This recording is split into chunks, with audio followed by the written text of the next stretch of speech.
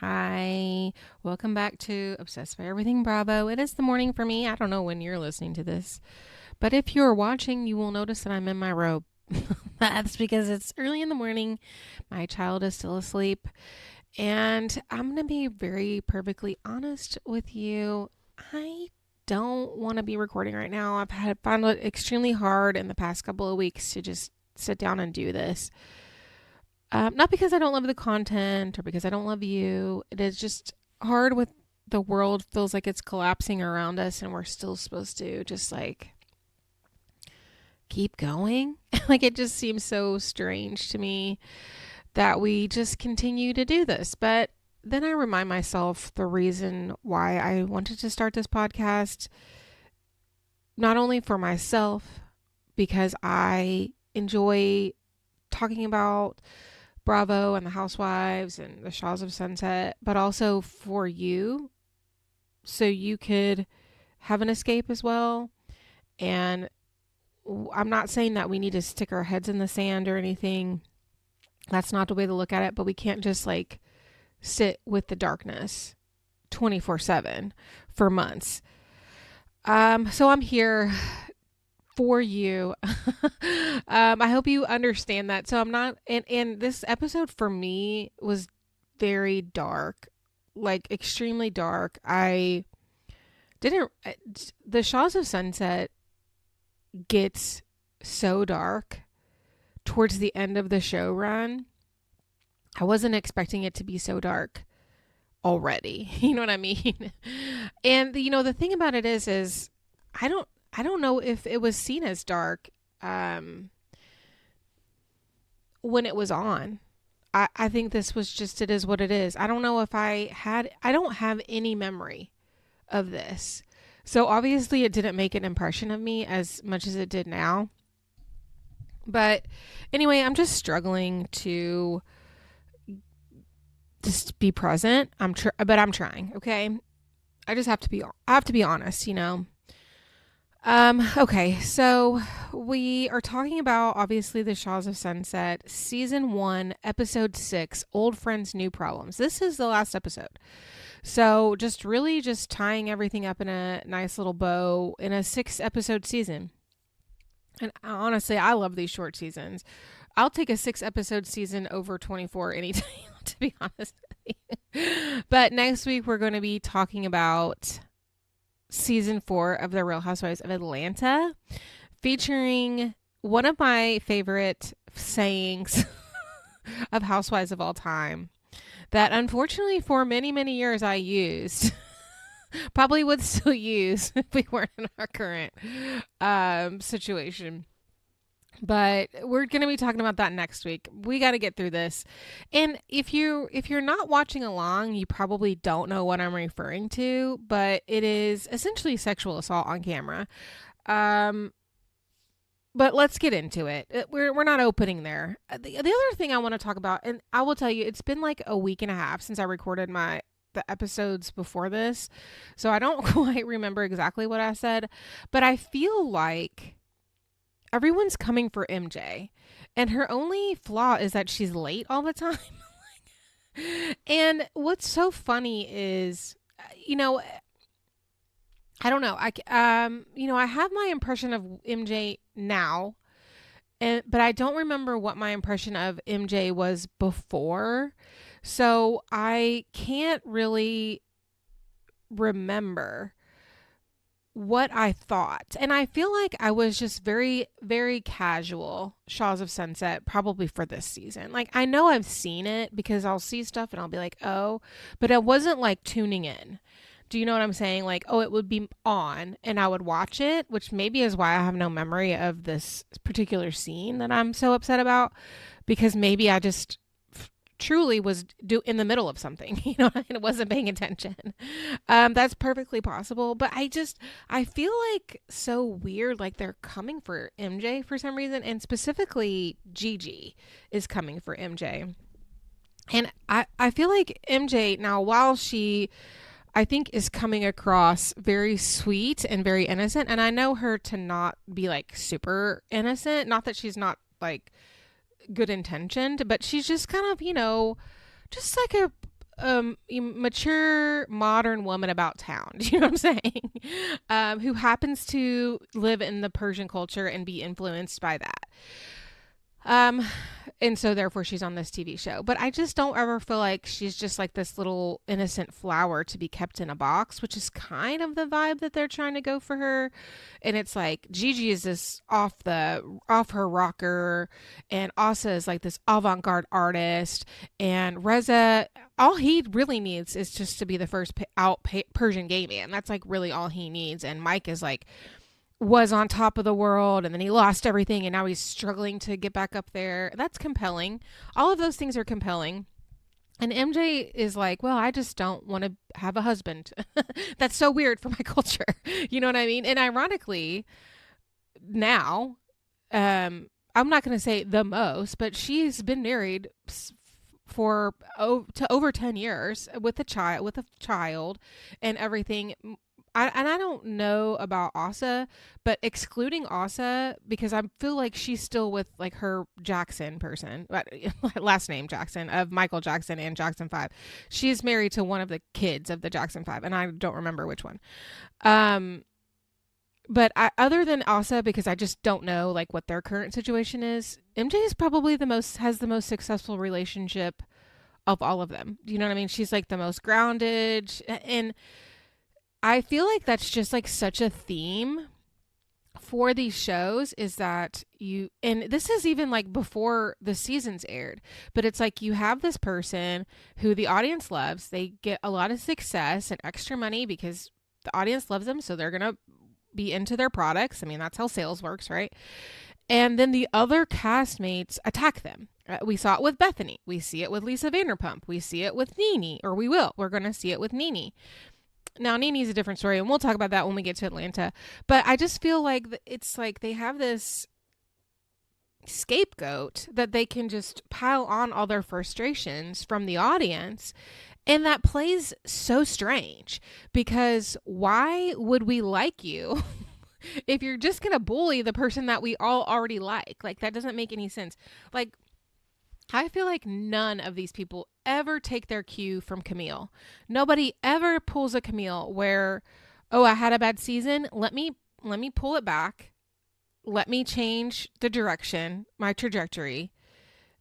Let me have a redemption, and then let me get the fuck out of there. Do you know what I'm saying? That's what Camille did. But, and not to say that she wanted to get out of Housewives, because as far as I know, there are very few and far between people who quit. Most people are asked not to come back, or, you know, whatever, don't get another contract.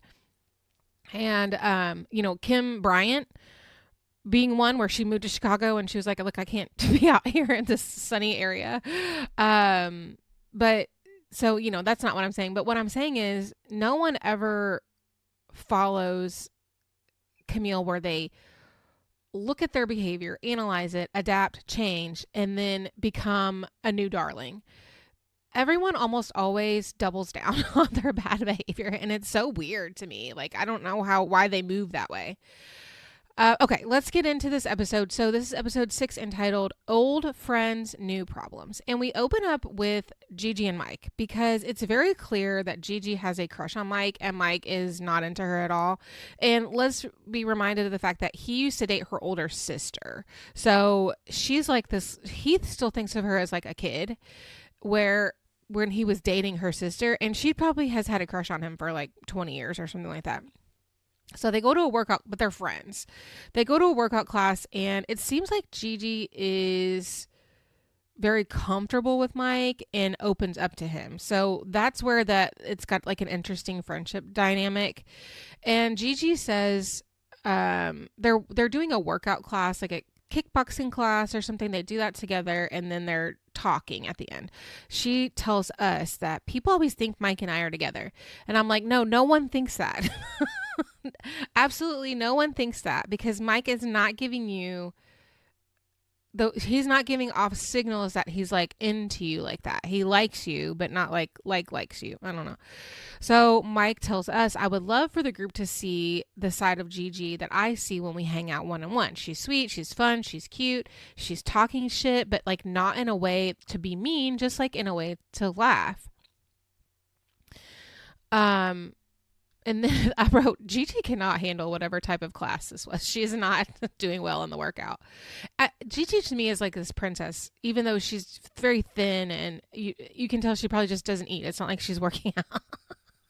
um, and again, she's my age, so it's like this. She grew up in this era of just like almond, like heroin chic. Like nobody was going to the gym to get fit. You were going to the gym to do cardio, just so you would burn the calories. But it wasn't like so you could like do push-ups. You know what I'm saying? So they're chatting, and Gigi's like asking Mike if he's still seeing that girl, and I'm assuming that we're talking about the girl that he's called her a Latin. I'm not sure. The girl that was wearing the Las Vegas bikini when they were in LA. To me, Las Vegas, LA, is there a difference? Like, I love it when people make distinctions like that, and it's like so niche. It's like only you care about that kind of stuff. Anyway, and he's like, yeah, we're taking it slow. Taking it slow. What do you mean? Like, you mean that you don't want to like commit to this woman. That's what taking it slow means to you. It's like to me means like, oh, we're not like having sex, but we know that they were basically humping in a pool. And he's like, well, are you dating? And she's like, I haven't been on a date in 5 years. I wonder why. Because you're acting psycho. You go off on people so easily. And so he's like, well, what are you looking for in a guy? And she goes, I like a guy who looks like he hasn't taken a shower in 2 days. Gross. Like, looks like or smells like. He's rough with funky hair. And Mike's like, well, there's a lot of Persians that look like that. I don't know if that's an insult. I don't know what she's into.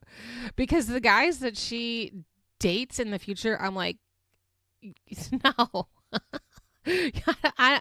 The attraction scale on this like culture is very odd to me, because I feel like Mike is a conventionally attractive man. You know what I'm saying? He's giving off man.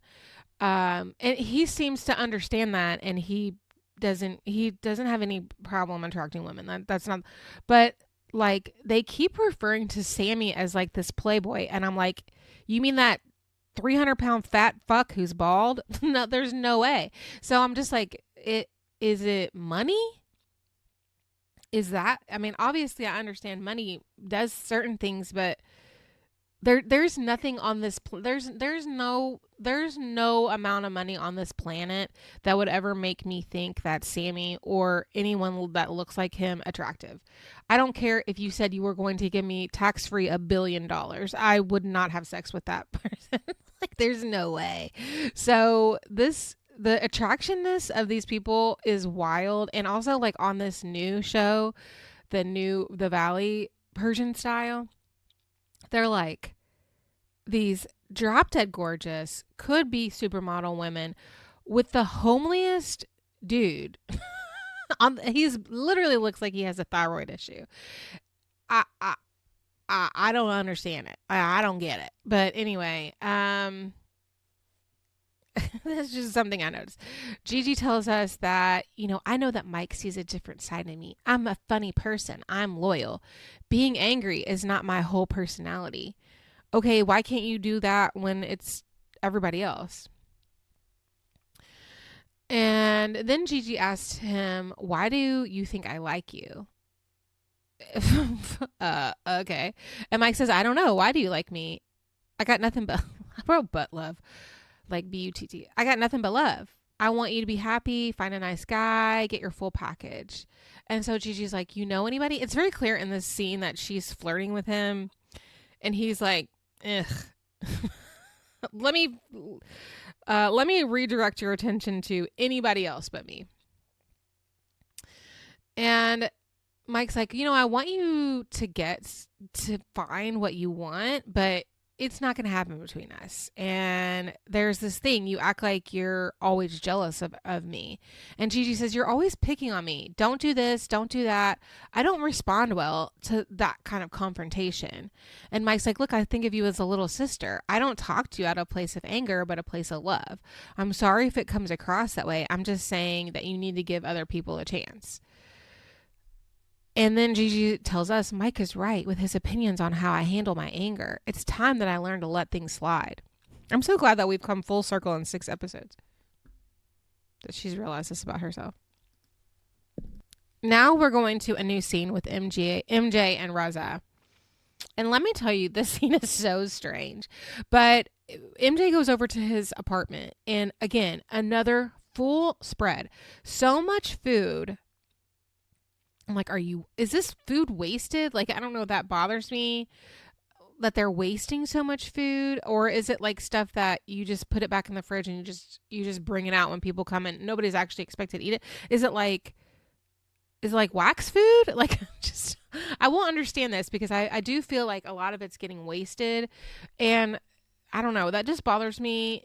Like maybe they donate it. I don't know. Maybe it's just for the show, but I have a feeling it's not because everybody just acts like that's very normal. So anyway, Reza tells us that ever since he cleared the air with his dad, he doesn't want to take crap from anybody.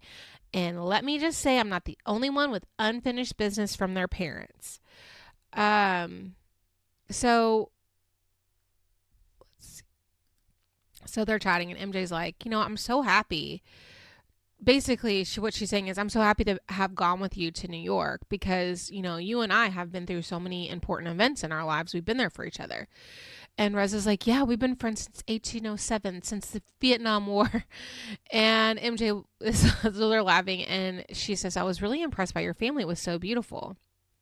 And Reza's like, yeah, whatever anger issues I had, it all went away. It was life-changing. I'm so glad I had this opportunity.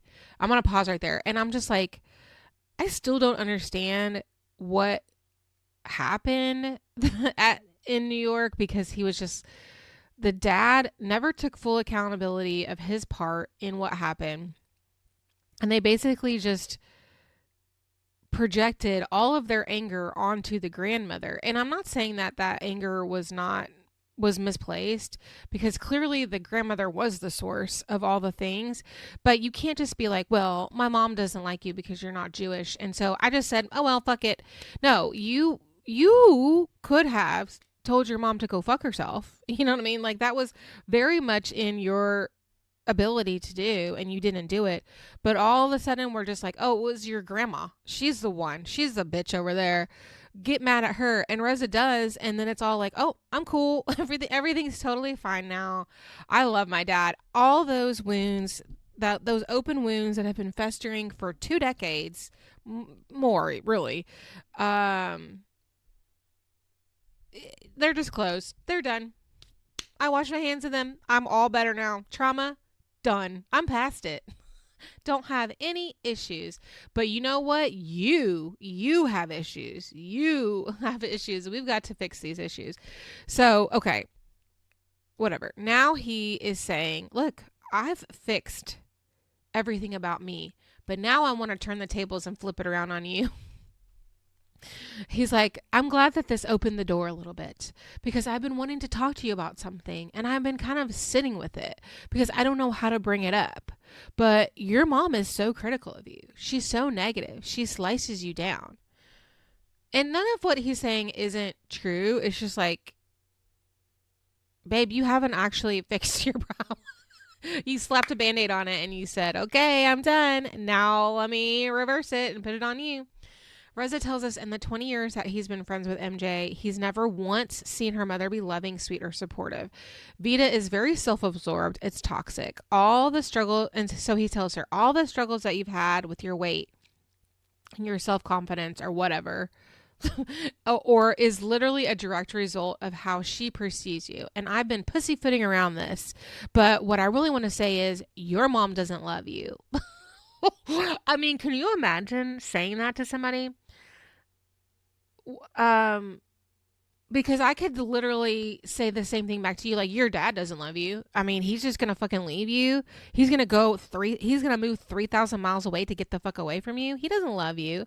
What a rude thing to say to somebody. And in neither instances are those things true.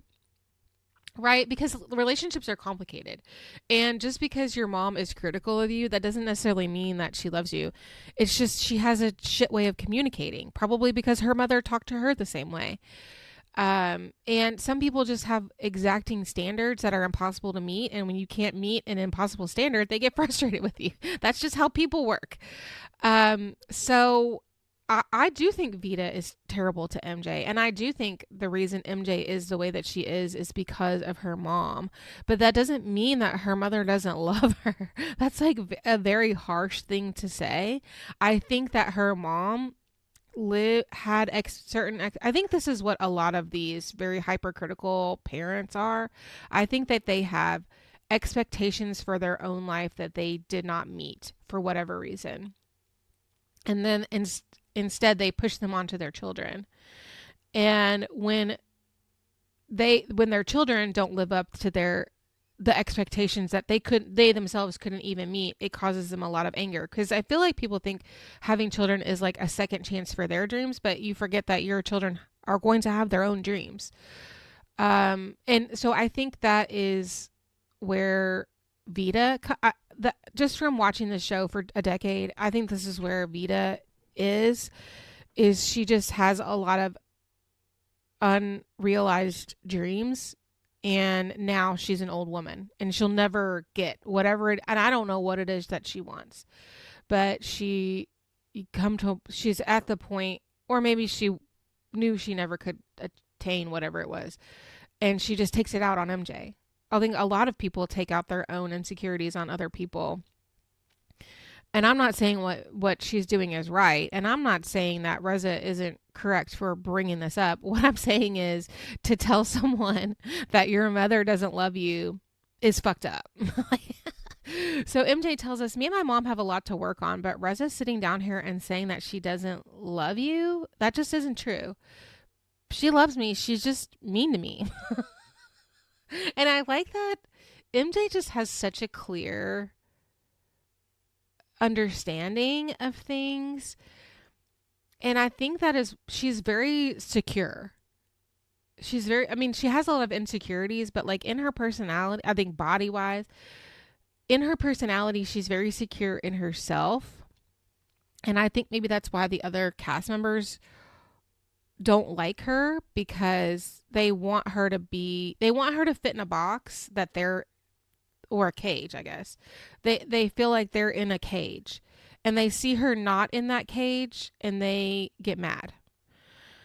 Maybe that's Vita's thing too. Is like she felt like, I think the thing about MJ not wanting a husband and not wanting to get married is so off-putting to these people that they don't understand it, and yeah, it's actually starting to make sense to me now, because Vita probably also didn't want to get married or have children. And then she had to, because that's what society pushed on her. And now she is taking it out on MJ, who has decided to reject that. And I feel like, there's this whole conversation about modern women who are not wanting kids. And I feel like children, that for my life, that I wouldn't ever be able to, I love my son, obviously. And that was like a dream of mine, was to have children. So like I don't understand. I mean, I don't care. You can do what you want. But like for me mentally, I don't understand that mindset.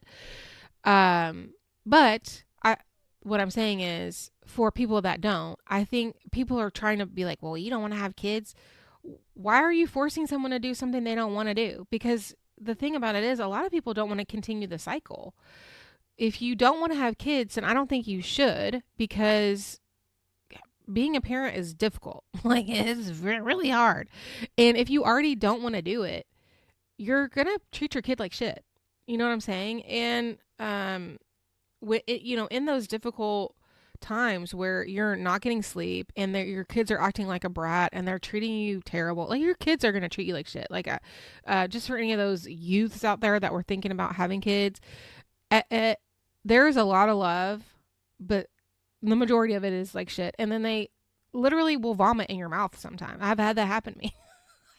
If you're not ready, like, you think about the poop and the pee, like, you already know about that. Think about the vomit and the snot that you pull out with your fingers. I mean, and that's just like the body, that's just like the bodily issues. But like, they can be mean and cruel, and that is just their development, and you just have to fucking sit back and take it.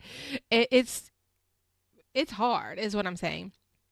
And so if you don't want a child, don't have one. And I don't understand the pushback of that, because it's like you end up with mothers like Vita. Who wants to have a mom that is so critical of them and just talks shit about them all the time, and every single thing that you do, they criticize? Who wants to have a mom like that? If if not, I'm not saying that like, oh, the world will be a better place if Vina never had a child, because then we wouldn't have MJ, and I would never say that about somebody. But it's like, sometimes if someone is not meant to be a mom, they just should not have kids. And this is one example. Um, what's so interesting about MJ is she understands all of this, and she still loves her mom unconditionally, and is defending her to Reza and to us. And that's why I'm a little upset about all these people just like coming so hard for MJ and trying to make her look stupid, like Gigi was trying to make her look stupid at that dinner. And it's just like, why? I don't I don't get it. Because she was late to a party. Please give me a break. So they're still sitting there having this conversation, and Reza tells us, I think MJ can hear me when I tell her she needs to deal with her mom. But MJ's really disconnected when she hears anything heavy. And Reza tells her, look, this whole thing was like a huge breakthrough for me, and I just want you to have that same type of breakthrough. And I don't think she needs that. I think she totally understands it. And also, she doesn't, like, I don't know. There was no way, and also I have nothing else to say. Okay, so now MJ is at her apartment. We're at a different scene. She's putting makeup on, and she says she's getting ready for a blind date. That her and Sammy have set each other up on a date, a blind date, and she's really excited. And she says that Sammy set her up a few times, and the dates have always been fun. I'm sorry. Sammy says that MJ has set him up a few times, and the date has always been fun because MJ knows him best. Now, remember that Sammy has said that MJ is like one of his best friends. He bought her $3,000 earrings for her birthday, and he's like, she knows me the best out of anybody. She's known me the longest, and she just like really gets me.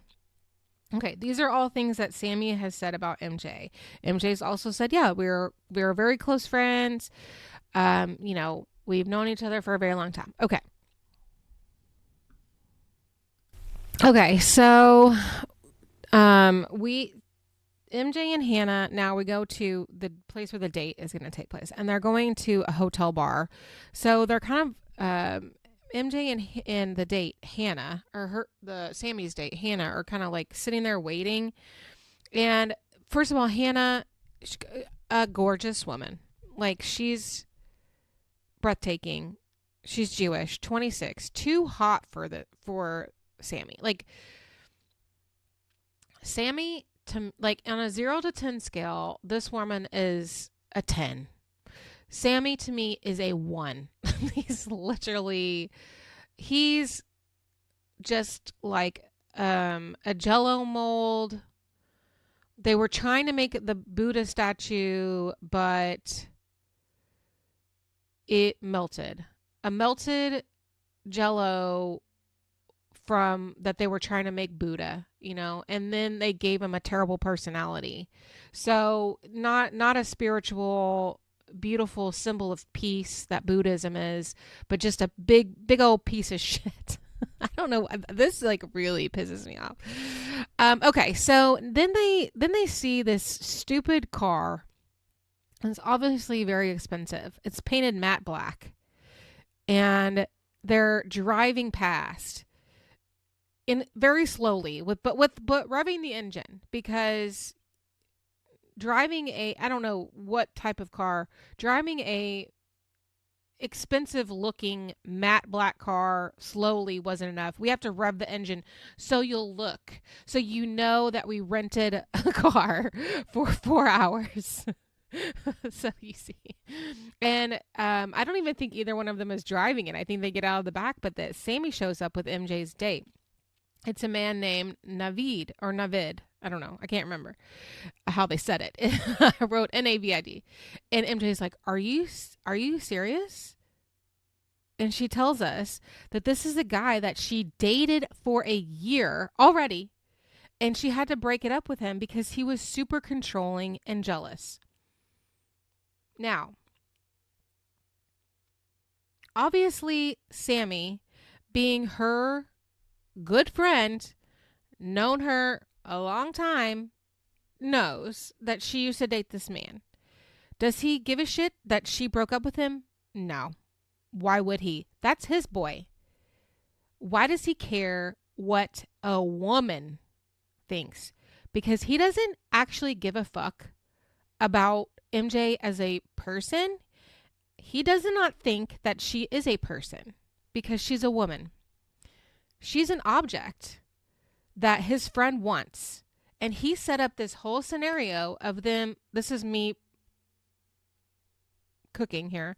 He set up this whole scenario because his friend said, I want to go on a date with MJ. I miss MJ. I love MJ. And he's like, okay, how about I just make up this thing and she's going to bring me a beautiful 10 out of 10 woman I'm going to go on a date with, and I'll bring you. And then you guys are going to fall in love again.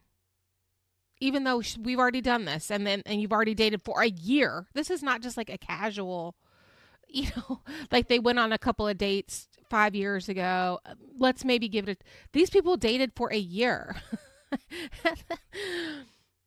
Okay, so we go to commercial break. We come back and we're on the date. So they're in LA. I feel like they have these hotel bars. We see this a lot on Vanderpump Rules, but they're all like outdoors. So it's more casual. It's not like an upscale-y hotel bar where, there's like a piano player or something. It's like outside, and it's not like a pool bar. It's just like an outdoor area, like lounge area, but it's just like outdoors. So there's all these couches. So MJ and Hannah they're walking in, and MJ is very upset. She is very upset. She's talking to Hannah. She's like telling her, hey, this is my ex-boyfriend. I don't know why he would bring her. And the guy is just staring.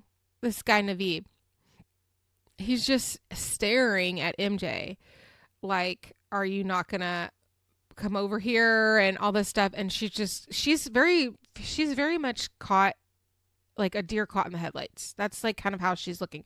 And she's with her friend Hannah. So they go over and they sit on these couches. And MJ, there's like, it looks like a living room set where there's like a couch in the middle. There's like a living room table. I can't think of what you call it, but you'd put in front of a couch. And then on either side is like a love seat. So a chair, but like a large chair that multiple people could sit in. So you could theoretically have like 8 people sitting around, if you wanted to or whatever, but they've got the 4. And so on one side, the side that MJ of the couch is MJ is sitting on is Naveed. And on the other side is Sammy. And so Sammy's trying to make small talk, and he's like, you guys can get back together, and all this stuff. Like, he just really doesn't care. So MJ tells us, even though I'm horrified, I'm going to stick it out so that Sammy and Hannah can have a proper date because I feel like they would go well together. And, oh gosh, there's a fuzz in front of me I'm trying to catch. So then Sammy tells the girl, he's like, when I tell you what this man said, he's talking to Hannah and he's like, you have great form, but if you just like worked out in the gym a little bit more, you could get toned. I literally wrote, the nerve of this fat, bald fuckface to say this to this beautiful woman. This is what I'm saying. He actually doesn't see MJ or Hannah as a person. He sees them as an object that of his desire that he can control, that he can play with, that doesn't actually deserve love, respect.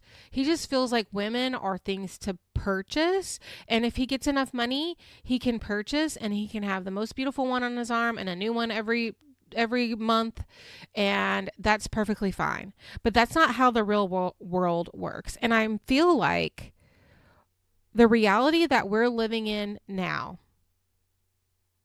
watching this, where everything we're getting, the Epstein files, right? And we're starting to people. I'm not looking into these. I am getting fed information on TikTok, right? And there's several Bravo people that are on there. I'm not going to talk about it. If you are curious, you can search. Lots of people are doing TikTok videos, and I'm sure they're on Instagram, and I'm sure they're on YouTube.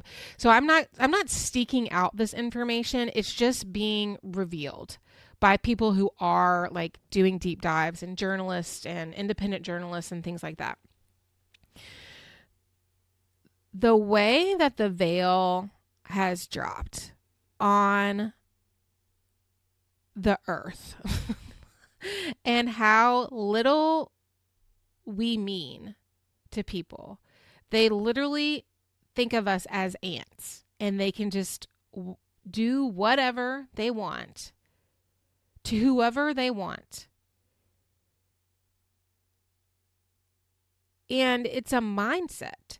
And this is just how, I'm talking about these ultra wealthy, which this is not Sammy, but it's the same mindset. They just don't think of us as people that are worth the same as men. And there's just this hierarchy, and it's so weird. It's such a weird time discussing this and being in America, because to be perfectly honest, even in this time, 2011, like, I feel like I said this back in episode 1, like, how difficult was it probably for these people to, they didn't grow up, but they were adults, because like Gigi's the youngest, she's my age, but I'm thinking in September 11th happened, I was in college. So Gigi was college aged, and the rest of them were all in their adults. But I feel like when September 11th happened, that created this huge, for lack of a better term, just like racism against anyone who was from the Middle East, no matter what your actual place of your birth. If you just had like dark skin and dark hair, and maybe you were Muslim, but as we've seen, there's Jewish Persians, there's Muslim Persians, there's also Christian Persians. They're not talking about Christians on here, but that's the birthplace of Christianity. So there's Christian people that live there, right? So, but it just, like, what the thought of living in that, through that environment, and then becoming the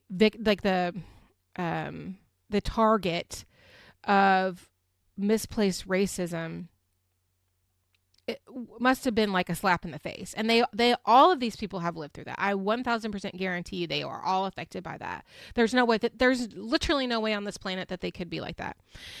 And to be a victim of, and I don't know what specifically each one of these people went through. I'm just saying I know for a fact that they probably were affected by that. I feel like Gigi talks about it a little bit, because she's younger, of course. So even she was being in college or whatever. If she went to college, kids were talking to her about that.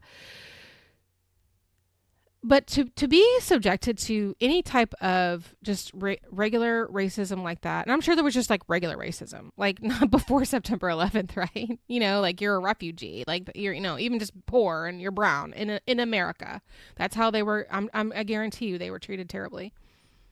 And then to go around and subjectify someone else, it's like, what's not clocking? You know what I mean? Like, what's not computing in this brain? How can you? And it's like the same thing, what that's going on now, because you see all these videos of these ICE people, or their names are released of people that kill people, and they're all Hispanic. And it's just like, what's not clicking here? You know what I mean? Because if you didn't have that badge, they would be arresting you. It doesn't matter because it's just blatant racism, but you're taking part in it. Fucking Uncle Tom shit.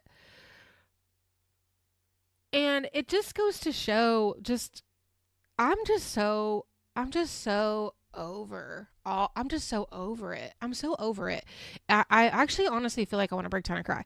Like, I'm past like the anger that I mean, I still am angry. I'm past the anger. I'm to the like depression, I guess, part of this like journey of dealing with this episode, because it's just like, it gets worse. But the way that he's just like, oh, if you go to the gym, you can get toned.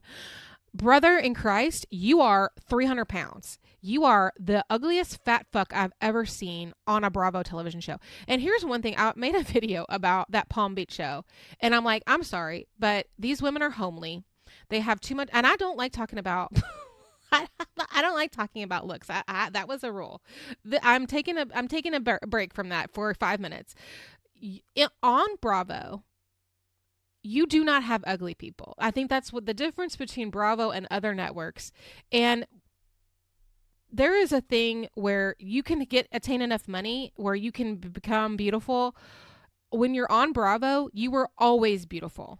Maybe you grow up and you do a little bit more plastic surgery than you should.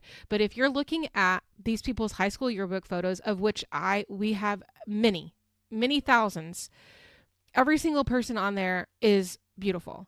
Men, women, they're all attractive. That is baseline.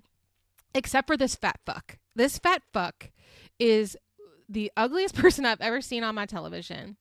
And that includes news. You know what I mean? That includes newscaster. Like, newscasters are always attractive, but you know what I'm saying? Like, just regular people. And it's because his soul is black. He is a piece of shit, inside and outside. Get him off my screen. I don't want to watch ugly people. I only want to watch the beautiful people that I'm used to. The fact that this man is telling this woman that she needs to work out to fix her appearance, and she does not need to work out. She's thin. It gets worse. Like, this is just the beginning, okay?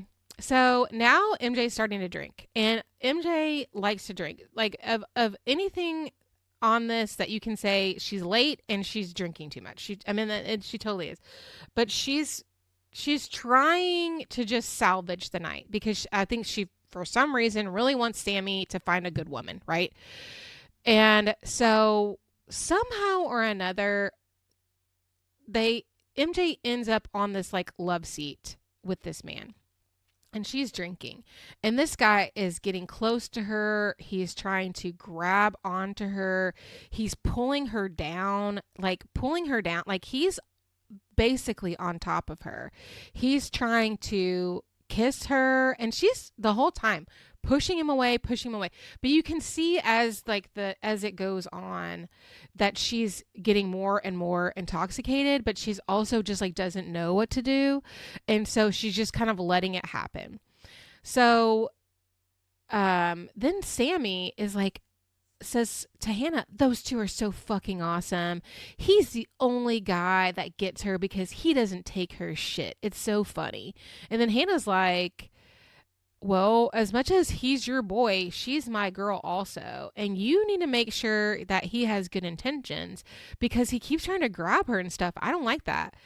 And then Sammy goes, relax. No. He goes, relax. MJ's a big girl.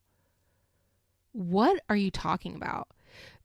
Now, if you couldn't see it with your eyes, she's telling you, I don't think he has good intentions. He's grabbing her. And he completely blows the whole thing off. In the background, this guy is basically pinning her down. He's got a leg around her. Like, she can't move. Trying to kiss her. She's pushing him away. Like, she's getting so small, just like getting into the corner of this chair. Just like totally folding in on herself. that's how he's able to be on top of her, because she's made herself so small to just try to get away from this, and he's pinning her down, kissing her, and laughing about it. And MJ goes, here I am in a confessional. Here I am in the arms of the octopus. And Sammy doesn't even care. In fact, Hannah's the only one who's even noticed that I'm in trouble. So Hannah at this point gets up and goes over and pulls this man Naveed off of her. MJ immediately gets up, runs out of the hotel, running in heels down the street, crossing traffic to cross the street. This woman is running, she's fleeing. And here's the thing, a cameraman's following her. So part of me is like, is production like, or at what point do they step in, right? So MJ tells us, I think I'm going to need to get, I was thinking I was needing to get out of this situation. I don't care what it cost in my friendship with Sammy. I just needed to get the fuck out of Dodge. So then we go back to the hotel, and Hannah's just kind of standing there, and she's like, well, where's MJ? And it honestly looks like they're talking to production at this point. Like there's like producers is who they're talking to. And Sammy is continuing to blow off her concern. Like, oh, she's a big girl, she can take care of herself. While they're literally talking to production as MJ is running away from this dangerous situation. This was assault. This man was touching her, pinning her down, kissing on her, and nobody was going to stop it. Not her good friend of 30 years, Sammy. Only Hannah, the other woman, got up to do anything, and had to physically go over and pick this man off of her. And I just have to wonder how far production was going to let it go, because like he was trying to like touch her private body parts. It's honestly disgusting. Shocking to see this. I know, I just don't recall seeing anything like that. I don't remember this scene. I don't remember it at all. And I don't know if I saw it, or if I didn't see it, or if I saw it and 2012 me is different from 2026 me, and I just didn't really, it didn't affect me as much. But this affected me so much. I can never look at this fat fuck Sammy the same way again. He just does not give a shit about her at all. And then he doesn't care. So, okay. I know this has gone on a long time. We're literally at the beginning of this episode. So now we're like at Reza and MJ, and they're taking MJ's dogs for a walk, and they're discussing. We went to commercial break, we came back.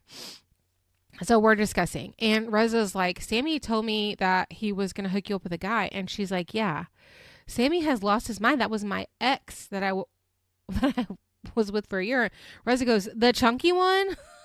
It's like, and MJ's like, yeah, he starts to maul me. He's wrapping his arms and legs around me, and I'm pushing it off. And he's like, what? I love you. You love it. Like this, the dude is saying, you love this. And Reza's like, you actually stayed? And MJ goes, no, I got up and left. And so then they high five. And MJ says, basically, me and Sammy could not be in a worse place than we are right now. Then Mike calls, and he's like, oh, I closed a big deal. I want to get everybody together to celebrate, to have dinner.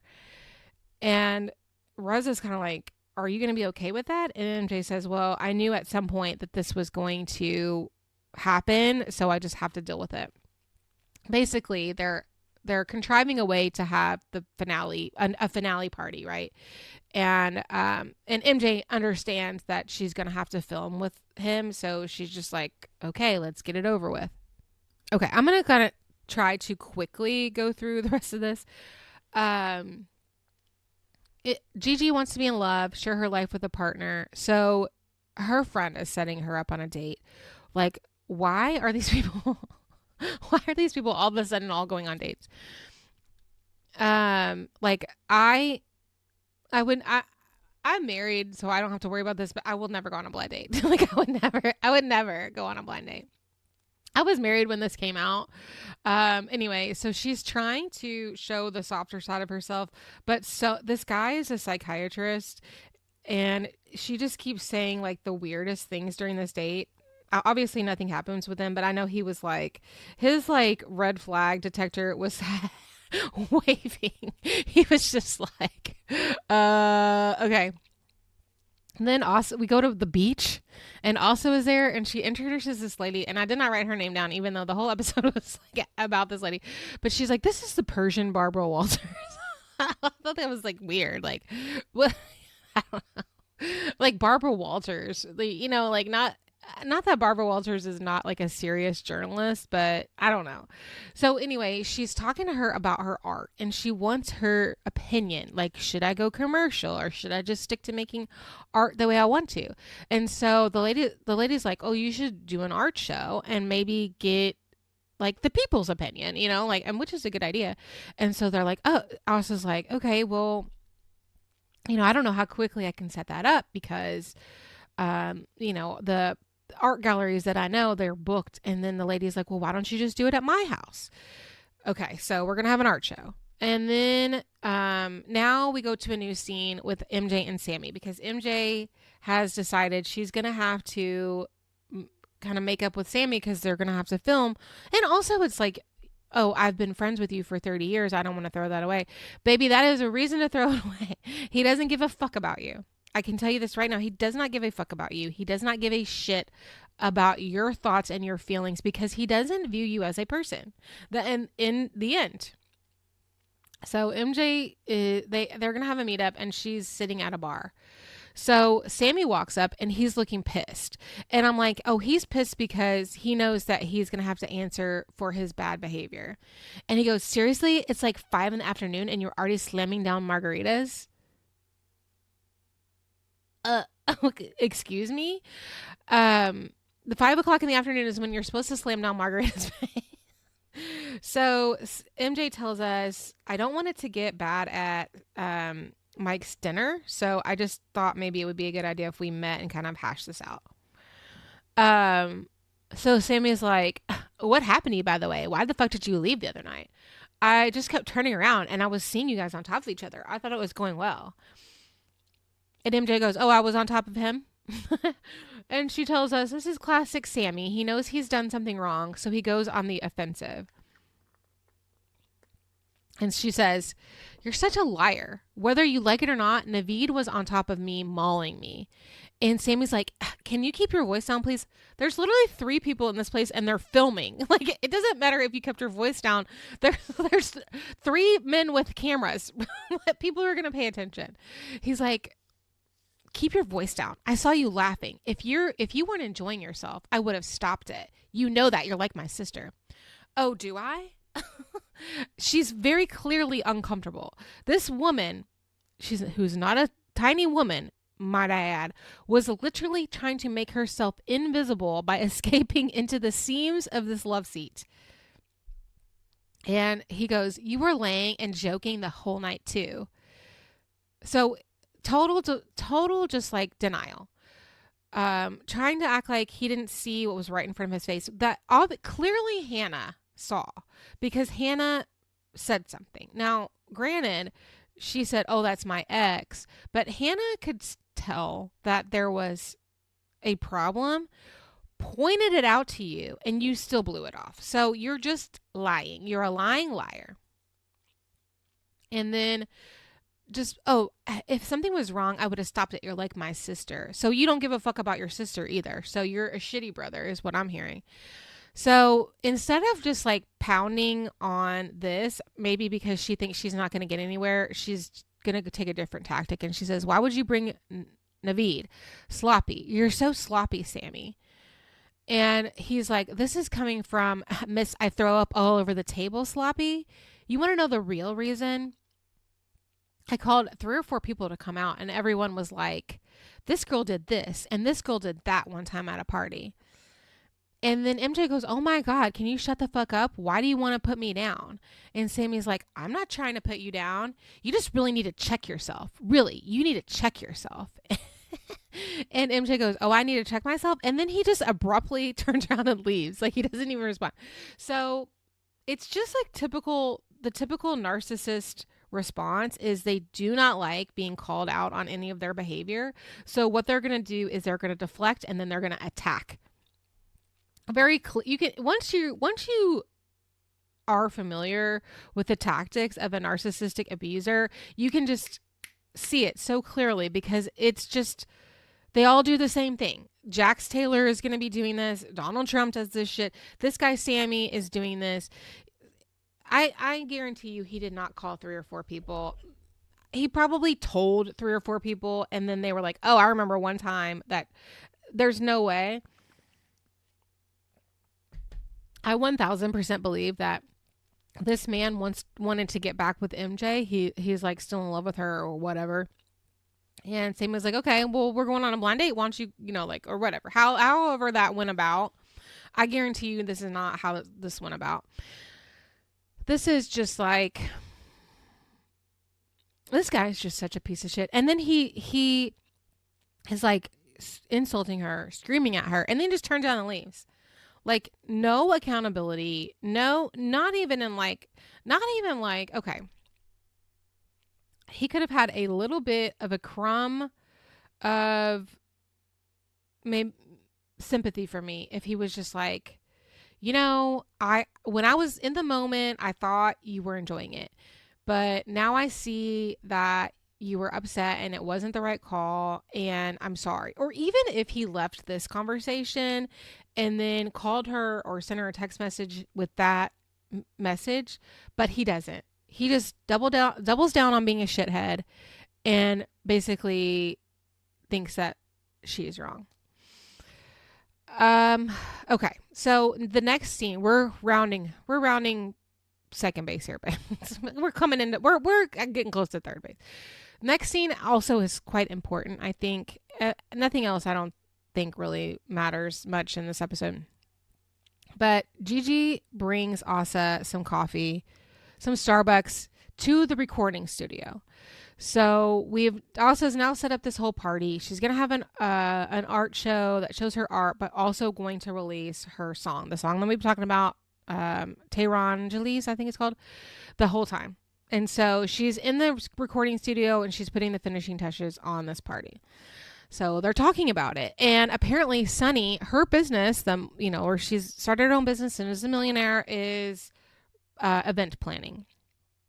Which actually would make sense on why she doesn't have a personal life, is because she's always doing events for other people. Like where you would normally be going and doing stuff, she's hosting events and wedding, on the weekends and all kinds of stuff. So anyway, also says that, I was really excited for Sunny to come out and meet everybody, but that night that we had that girls' night was a horrible experience for her. And Gigi says, "Well, for me, I also wanted to have a drama-free girls' night, and I felt like she spoke out of place." So Asa's like, "Well, what does that mean?" And Gigi says, "It wasn't her conversation." And again, I have to say, if you're at a dinner party and you're at the table and you're having a conversation in front of everybody, which you did on purpose because you wanted to make MJ look foolish, then you have to be prepared for everyone sitting at the table to have an opinion about what you're talking about. If you don't want other people's opinions, then you need to have a private conversation. And Gigi says, "I think Asa's memory of that night is distorted." And she tells her, "I saw that Sunny was completely out of line." And Asa says, "But you basically called Sunny a whore. You jumped out of your seat for no reason, and now you're saying that she's out of line?" Gigi says, "I'm trying really hard to calm down right now." Like, she's telling us that in this conversation with Asa, she is doing everything in her power to just like stay calm and have a conversation. Babe, it's not that hard. You don't have to just like constantly threaten people. So she tells her, "I understand what you're saying, that I shouldn't have cared or shouldn't have gone there, but I did go there. And so did she. She was following me. And why can't you be like, maybe she shouldn't have done that either? Like, I can admit that I was out of line." And Asa's like, well, I feel like you reacted and you think that you're reacting and you need to attack someone who's being aggressive to you. But she wasn't being aggressive to you. She was just stating her opinion and you attacked her. You need to stop being so aggressive because she wasn't trying to attack you. And so Gigi says, look, I didn't grow up around Persian people. I got bullied a lot for being Persian. I got called a camel jockey and a sand something that they bleeped out, which I'm assuming is the N word because I have heard that term before, right? And Asa's like, we all did, Gigi. And Gigi says, so anytime someone is out of line, I just bite off their head. And Asa's like, you're being out of line right now. Like, you're blaming, you have to fix, like, yes, what I'm saying, my point was earlier, they've all been victims of racism. But none of them are reacting that way. Where anytime someone says something that you don't like, you like attack them, like you want to physically attack them. And now you're blaming shit that happened 15 years ago on this, like you're blaming your behavior on that. You need to actually go to therapy and fix yourself. And Gigi says, you're not understanding what I'm saying. My mind felt like someone hurt me enough to get me to that point. I just don't walk around saying I'm going to kick people's ass. That's not me. I have to feel like I'm triggered. And whether that's valid to you or it's valid to me. And I was just like, but you get triggered by the wind. And Gigi says, okay, what I'm saying is I can't fight your feelings about it and you can't fight mine. And Asa says, all right, I would just urge you not to say horrible things to people. And Gigi's like, I agree. So this is interesting because in the beginning, in the very first episode, these two got in a fight. And then Reza brought them together in Vegas. And now they've developed this budding friendship.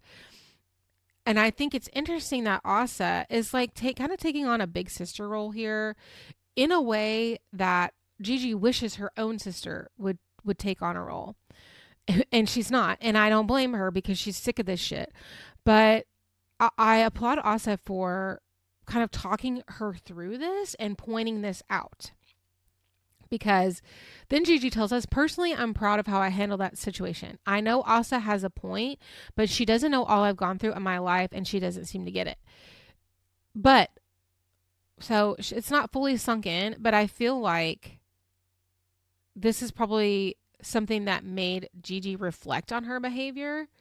Obviously, the show, seeing all this playing back in real time, I know reflected, like it made Gigi reflect on her behavior because I do think that over the course of the 10 seasons and now, Gigi did change a bit. So while she's still quick to jump off the handle and she is like a firecracker in that way, I do think that she is a little bit more mindful with it. But I think this conversation was interesting because it's not a lot of times do we see so much like actual real self-reflection. And I truly wish that someone could get through to Sammy in this way, in a way that also was able to break through to Gigi without Gigi just totally getting pissed, threatening her and getting up and leaving. That's not what happened. Like they actually were able to follow through on this thought. Asa was able to defend her friend that she obviously cares about. And while Gigi is not agreeing with her, it was just like poking a hole in the wall that she's built up, right? So I think that's important. Now, that's the end of that. We go to MJ and her mom go out to eat. All right. And they have at first everything looks fine. MJ tells Vita about the trip to New York and she says she just learned a lot from the trip. She wants their relationship to change, but she tells her that Vita needs to take responsibility for the way she acts. She lets herself get angry and loses her temper, and it scares her. And Vita says, you don't listen to me. If you listen to your mother, you'd be a better person. And MJ's like, am I not successful real estate agent. Do I not speak 5 languages? You're not proud of me for that? And Vita's like, you're not ambitious. Like the languages. How many times have I told you I'm willing to pay for you to go to Italy or France? And then they kind of like pause because the food comes. And so then MJ says, look, I'm offering you something right now. I'm either going to just lie to you and keep you at arm's length, or but that's not what I want to do. I want you to like be a big part of my life. Basically what she's saying is you have to change the way that like you can't be angry with me anymore, or I'm just going to keep you at arm's length and lie to you. And Vita's like, are you happy that you just introduced yourself as a big liar? Are you proud of this? And again, this is like another narcissist way to deal with things, is to deflect, because instead of what MJ is saying is, I'm listing out the behaviors that you do that I don't like. And you're either going to change your behavior or you're not going to be part of my life.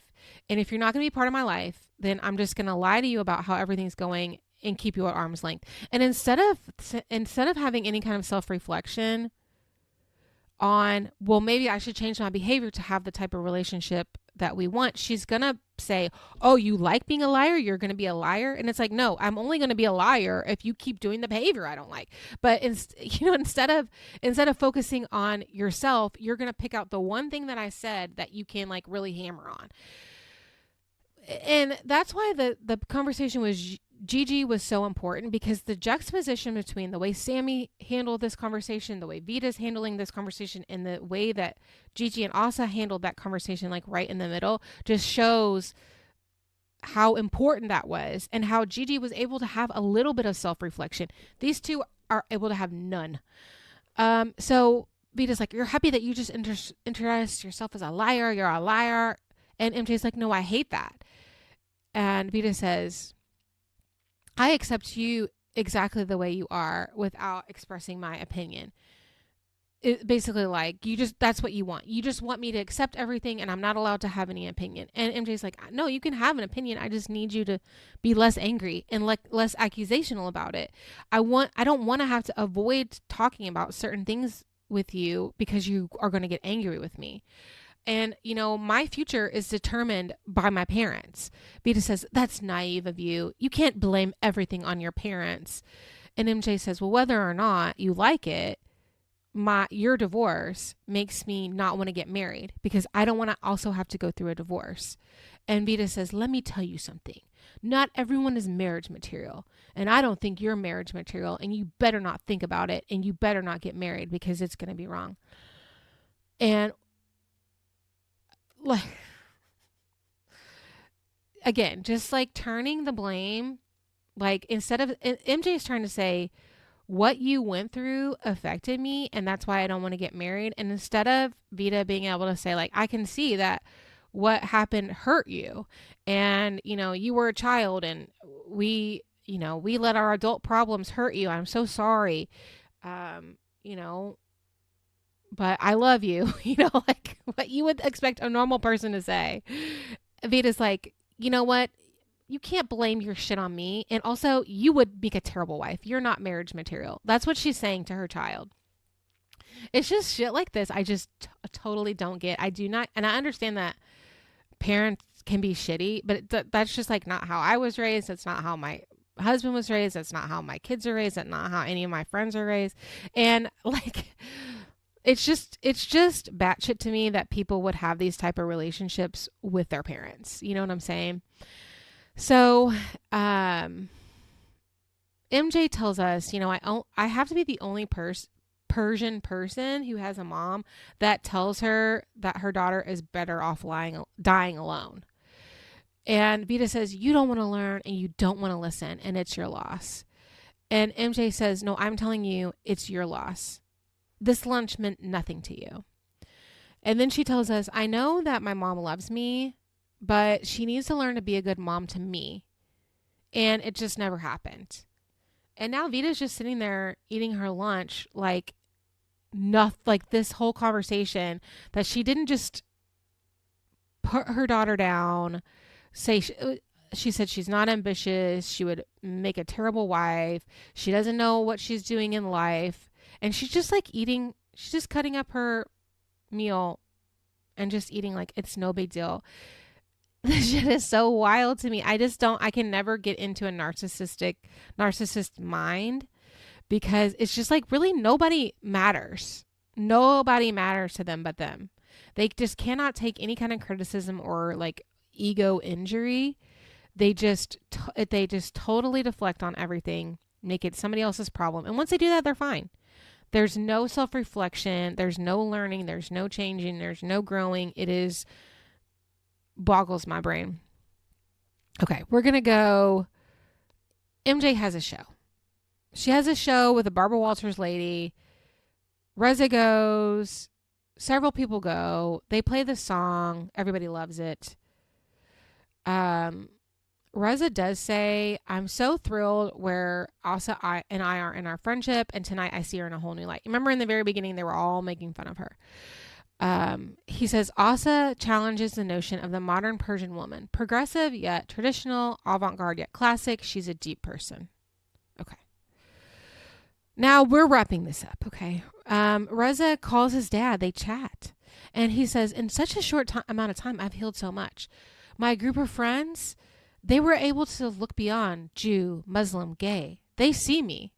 They don't see all those titles. He's like all three of those things too. Why do they have to look beyond? You literally are all three of those things. So we're wrapping up and we're having these reflection. Everybody's having their own reflection. So MJ says, when my mom's not there for me, I'm just really thankful for having my friends who do stand up for me, who do believe in me, and who make me feel loved. Baby, which one of those friends are? Because it's not these people. Sammy just lets you be assaulted. Gigi tried to make fun of you in front of a table full of friends.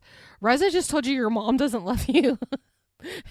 While he may be right, that's not something that you say to someone, right? It's just like so weird. Like, who are these friends that you're talking about that do all these wonderful things for you? Because I haven't seen them yet. Because everyone that I've seen treats you like absolute dog shit. You know, maybe maybe Asa. Asa hasn't done anything bad to you. Maybe Sunny. You know, I feel like Sunny is a very sweet girl. So now we're all gathering for Mike's dinner, except for we don't actually see anything about Mike's dinner. And then they proceed to order so much food for 6 people. It's mind blowing. So here's Sammy. MJ says, Sammy has disappointed me, and there are definitely things that you say that you cannot take back. And Sammy says, I don't really think there's much that we can say to each other that won't blow over no matter how bad it is. This guy just doesn't get it. Like, I feel like I've been clapping and snapping a lot today. Because MJ is basically like, I don't think our friendship can move on from what you just did. And Sammy's like, there's literally nothing I could do to her that would make her not be my friend anymore. Like, we're not on the same page. We're not on the same book. We're not in the same library. We're not in the same town. Like, these people are not together on this. I don't get it. Again, Sammy doesn't come back for the next season. Now, he's in the background, as of course we always are. But yeah, and they don't talk about this at all. They're all sitting there. It's awkward. We don't really even show this much of the dinner. It's just like these voiceovers of all the reflections of all the people. So Gigi says, I've been hurt a lot in my life. I've learned to protect myself by backing away from everyone. And now I want to be something else. Sometimes my past creeps up, but I'm not a bad person. And I don't know if anybody was saying that you're a bad person. I think people were saying that you have severe anger issues and you really need to work on that, or you can't be like a functioning member of society. So then Mike, do we have a story arc for Mike? I mean, I feel like he was missing for multiple episodes, and then now we're just, he made a sale, so let's have a party. Mike says, it was depressing losing my home, losing other real estate that I had. It took me a while to gain my confidence, but it's great to see the light at the end of the tunnel. Okay, so you lost everything in the real estate crash, but now you sold a property, so it's all good. Like, what the fuck? Do you have a personality? Also says, this summer changed my life. I truly feel like I overcame some weird obstacles within myself. I feel like I'm opening up to the outside world and it's kind of crazy. And I'm a little scared to see what happens next. Whatever. What happens next is that she bottles diamond water. I know exactly what happens next. This is like why I don't like Asa, is the whole diamond water thing. I liked her in this season though. Okay, Reza says, my group of friends and I relate to each other on a molecular level. Your molecules. Okay, whatever. We relate to each other on a molecular level that no other person out there can understand. We all have common denominators. War-torn country, refugee family. We went to the same high school. All the things we were judged on and looked down on, we overcame all of them. We have a bond that is stronger than anyone can understand. And honestly, I think he's correct in that they have something that just they experienced, and not just like the six of them, yes, because now they're on a TV show and they're going to experience that, but that's not what he's talking about. He's talking about this culture and the way of life that they grew up with. And they have that, and that culture specifically, that really none of us can understand, but nobody outside of that culture can understand. But you can say that about every place and every group, every in-group. You all kind of have something that other people don't understand, which is why this is so interesting to me, to have this little peek inside of this culture, to look in on this and to say, oh, I never knew that about, I can only go based on stereotypes or shit that I've seen, and to actually get a real look into real people who are different than me, who speak a whole other language than me, is so interesting. And, it's so different than anything that I know of. But actually, it's actually very similar. You know what I mean? Like, it's very similar. Like the whole thing about the food. Oh, we Persians, we love food. And it's like, yeah, well, I'm from the South. We love food too, and so we're similar in that way, and that we all have family expectations and we all want to better our lives in specific ways. And it's all very similar. It just looks different on the outside, but on the inside, everything is a little bit the same. The spices we use are different. Me, salt and pepper, I'm just joking. But you know what I'm saying. So that's kind of what I'm saying.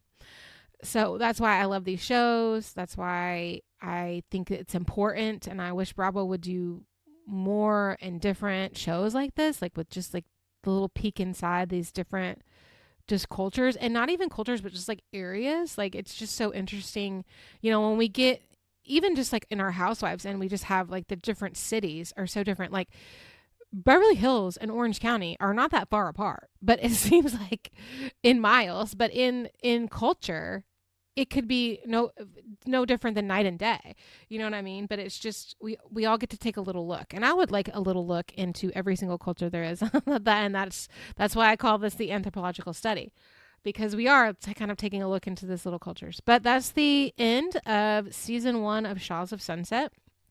We come back with the core 5 minus Sammy. I think we add Lily, if I'm correct, a woman named Lily, who the only thing I remember about her is that she was trying to sell hair extensions, and then Gigi also was trying to sell hair extensions at some point. So that becomes like the big fight. But yeah, I don't know if I have that much more to say about this.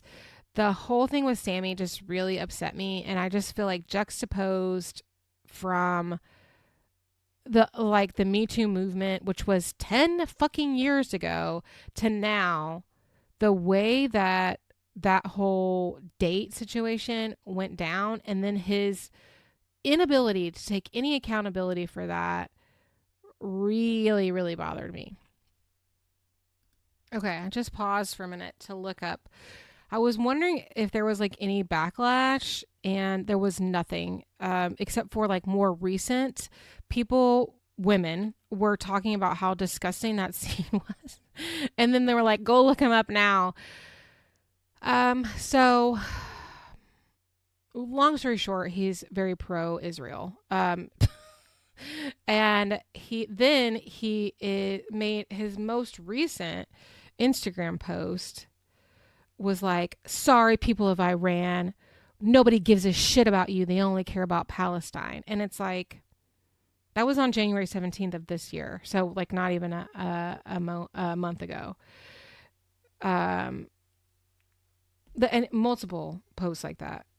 And I don't know. I don't know why I expected any different, but maybe just stay silent. Like, you know what I mean? There's only like, I don't know, like, so a lot of also racism, which is weird to me. I guess it's not weird. Why? I don't know if it's really racism or like religious. I don't know, discrimination. I'm sorry, words are hard. I don't know if I've ever talked about this, but I have something called aphasia, which I've not been clinically diagnosed by a doctor, but sometimes it just comes out when I'm like really overwhelmed or tired and I cannot think of words. Or sometimes I use the wrong word and I know it's wrong, but I'm like, I don't know the right word. It's very frustrating, especially like at work or here, because I'm like, I know the word that I want, but I cannot pull it out of my brain. Anyway, I guess it's not surprising. That's why that, we've had religious wars since religion has existed. So maybe we should start not giving a fuck what other people do in regard to their religion. And you know what? I don't know. I'm over it. I'm tired. I'm sorry. I feel like I'm being a Debbie Downer. Maybe I'll delete this part or maybe not. I hope you're doing better than me. It's tough out there. One thing I am excited about is the Olympics. And I am never patriotic, but I go so hard cheering for the Olympics.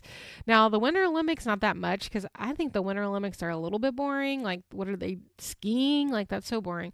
Maybe like some of the jumps and stuff are pretty cool, but I still love the Olympics. So I was watching, they have all the Olympics on Peacock, by the way. So if you're listening to this podcast, you need to be investing in Peacock. And you can watch anything that you want at any point. Wake up in the middle of the night, you can watch something that happened 3 days ago. So I was watching the opening ceremonies and they were doing like the Parade of Nations, and so many countries only had like one or two people and they were still there. And it just made me like, that made me want to cry because America has like 230 something. And it's like, we're just going to dominate all these small countries. It doesn't seem very fair.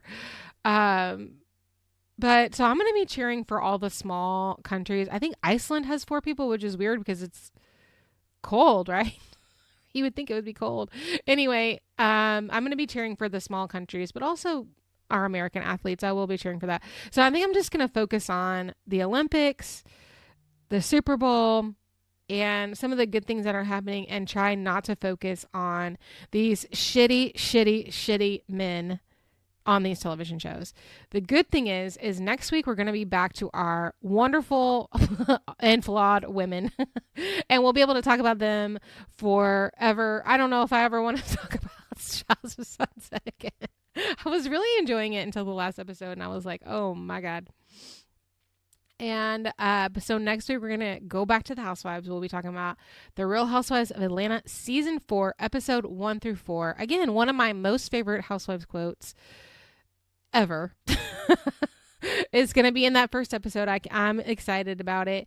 And, it's okay to be down. It's okay to be overwhelmed, but we can't ever forget hope. Remember Pandora's box and the little thing at the bottom, the most important was hope. We always have to have it. That's how we're going to get through it. We just have to keep hope alive. And if that means we have to dissect shitty behavior, then that's what we have to do, because we cannot learn and move on and correct the wrongs until we can identify them. And that's kind of what we have to go through. It's a growth process. Growing is painful. And that's what we're doing. So thank you so much for listening. I hope you have an amazing week cheering on the small countries. Not that the countries aren't small, just like the people in the Olympics the amounts are small.